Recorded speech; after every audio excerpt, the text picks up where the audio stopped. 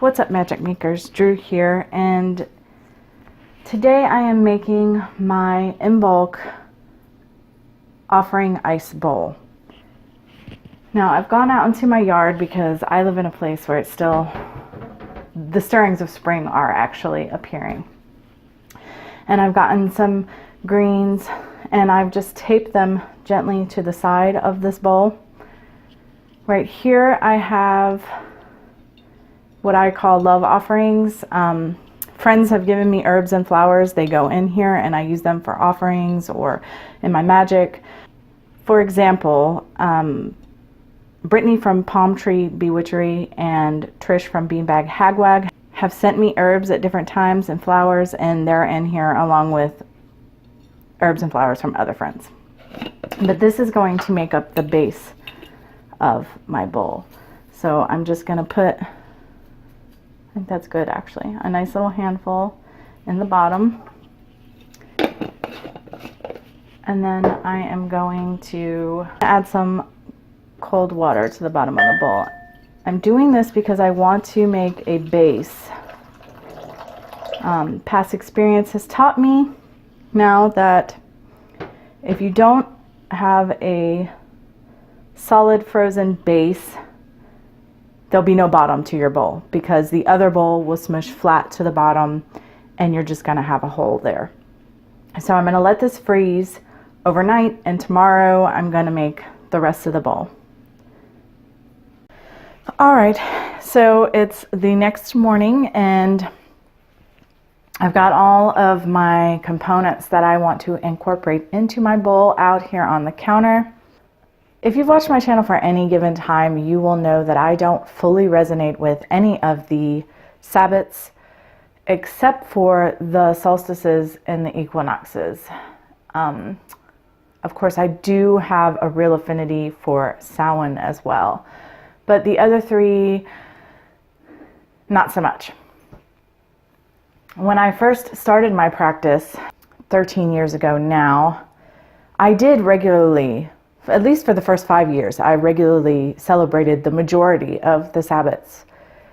And I kind of wanted to get back into that. But instead of going out and doing a full-out ritual and whatnot, I just thought, for the ones that don't fully resonate with me, that I would just try to find some way to mark them, to celebrate and acknowledge and honor what the Sabbat represents. And for me, Imbolc is the coming of spring. Spring is coming, it's on its way. So that's how I came up with the idea to do this ice bowl. Well, I got the idea off of Pinterest originally. I have a board on Pinterest that's just Sabbat ideas.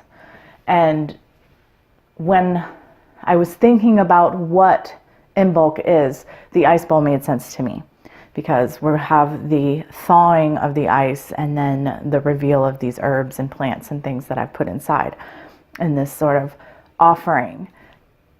So quickly, here on the counter, I have a brick that I will be putting down inside of my inner bowl for my mold to hold it down, because the water will make it want to float. You can also use water. Some people just fill the inner bowl with water, but that's just one more step that I have to deal with in the end, so I'm just going to use a brick.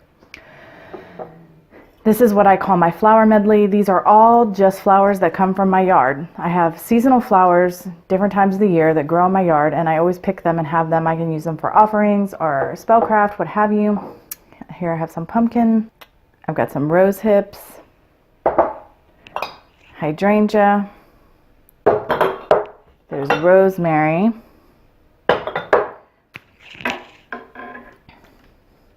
Back here is my yarrow. I've got some of my ivy from the yard, some dandelions from the yard, some just little bits of green, some mint, and just all kinds of stuff to put in and make my bowl pretty. Now, I've chosen my ingredients based on what I want. I want to be making an offering, but I'm also asking for blessings in return. So I'm not going to go into their correspondences, but that I've chosen my ingredients based on what it is that I would like to be blessed with in the coming year. I've removed the tape that I put on last night holding all my little goodies in so that that won't interfere with anything when I go to pull the, when I go to remove the ice bowl from its mold, if you will.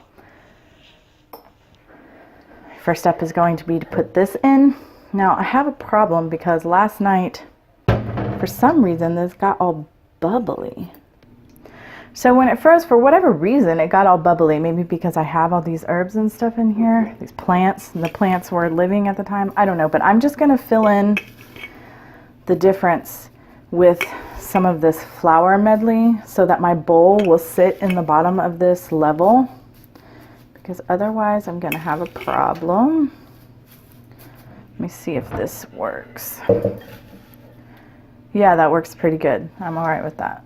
Okay. So now I will continue on with the ingredients. I have a little wooden skewer because when I put the water in, stuff is going to start to float. Some of it I don't mind if it floats.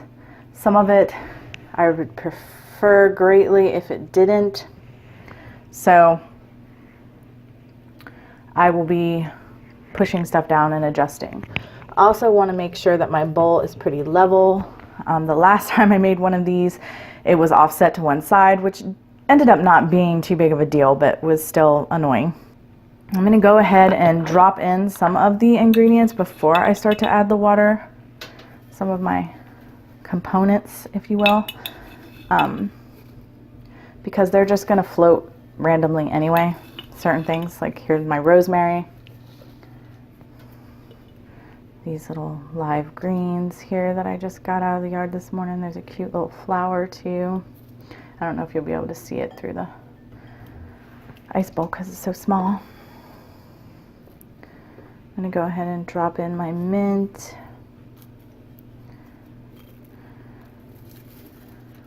Hydrangea. And so, you know, mainly these components are for protection, prosperity, love, happiness, stuff like that. And also, of course, just pure offering. Also forgot my tobacco that is purely for offering for me. But I do want to incorporate some, as this is an offering. And when I make offerings on my altar, the way that I quote unquote dispose of those afterwards is by giving them back to Gaia. And so I will many times take them out into my yard and gift them, just leave them in my yard. On rare occasion, I may go out somewhere else in nature and leave them, but with the bowl, I want to leave it in my yard. In part, it's too fragile and delicate to try to tote it around everywhere, and also I want to see it. They're really very pretty. So, all right, I'm going ahead and putting in some of the water. I like to go all around because just to make sure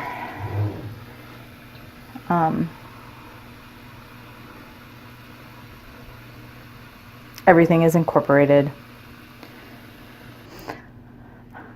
I once again have forgotten to put my brick in before I started filling, but fortunately I realized it before it became too big of an issue. So if you're going to do this, remember to put, you know, water in the smaller bowl first, or whatever heavy object you're going to be using, put it in first. Okay, so next I've got some ivy from my yard. I'm going to push it down into the bowl. Well, all these little floaty herbs will mainly be at the top. These bigger pieces can go down into the bowl. Oh, jeez, stop. Don't do that. Okay. Can go down into the bowl somewhat. Doesn't look like my dandelions really want to today. They have in the past though, so that's kind of frustrating for me. But I know they will go down, depending.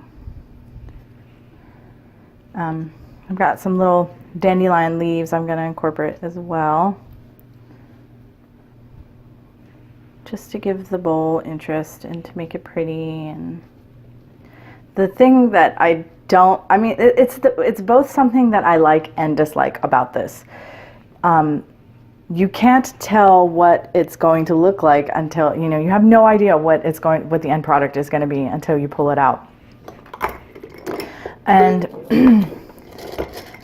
personally, I find that kind of frustrating, but at the same time, it's also kind of cool because you're like really surprised whenever you get when it comes out. I'm not sure what these rose hips are going to do. I haven't used them before like this, so I don't know if they're going to float or sink, or it seems to me they would sink, but I suppose we'll find out when we do the reveal. A little pumpkin, same thing, push it in.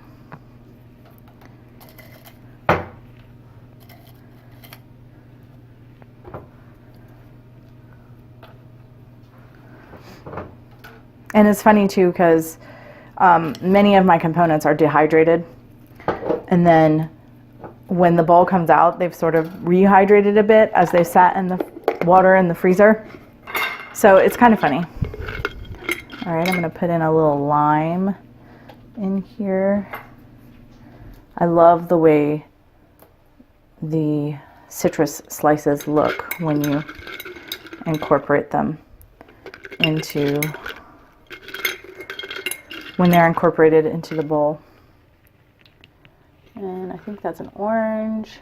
Oh wait, I don't want you right there. I want to be able to see you. Okay. I had it pushed up against my leaf and had to move it.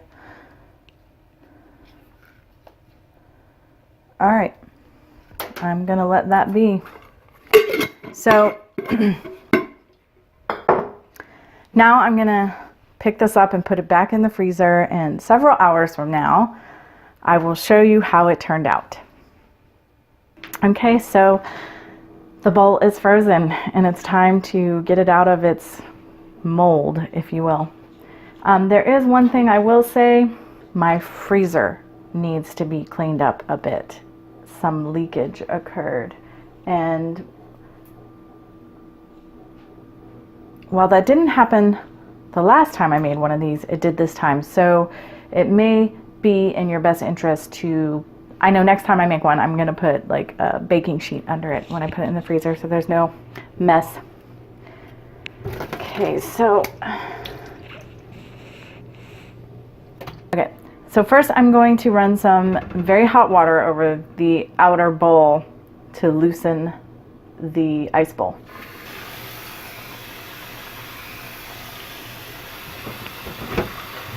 All right, so I've melted it enough just to get it to release, and now I need to do the same. I can see there's liquid still in this bottom one. So I just filled the bowl with some hot water, and now it slides right out. And yes, there is still some liquid in my bowl, but it's pretty good. Okay, so you can see there's a lot of material up at the top, and then in the sides, look at that, I love that. So here is my Imbolc ice bowl. My Imbolc ice offering bowl. I did not let it sit quite long enough. It should have been about another hour, but oh, it's freezing my hands. I am gonna go set this up in the yard, and I will show y'all what it looks like out there. All right, here we are, my Imbolc ice offering bowl out here in my little mint area of my garden. beside the green man. Okay guys, happy Imbolc. And as always, thanks for watching. Much love and gratitude.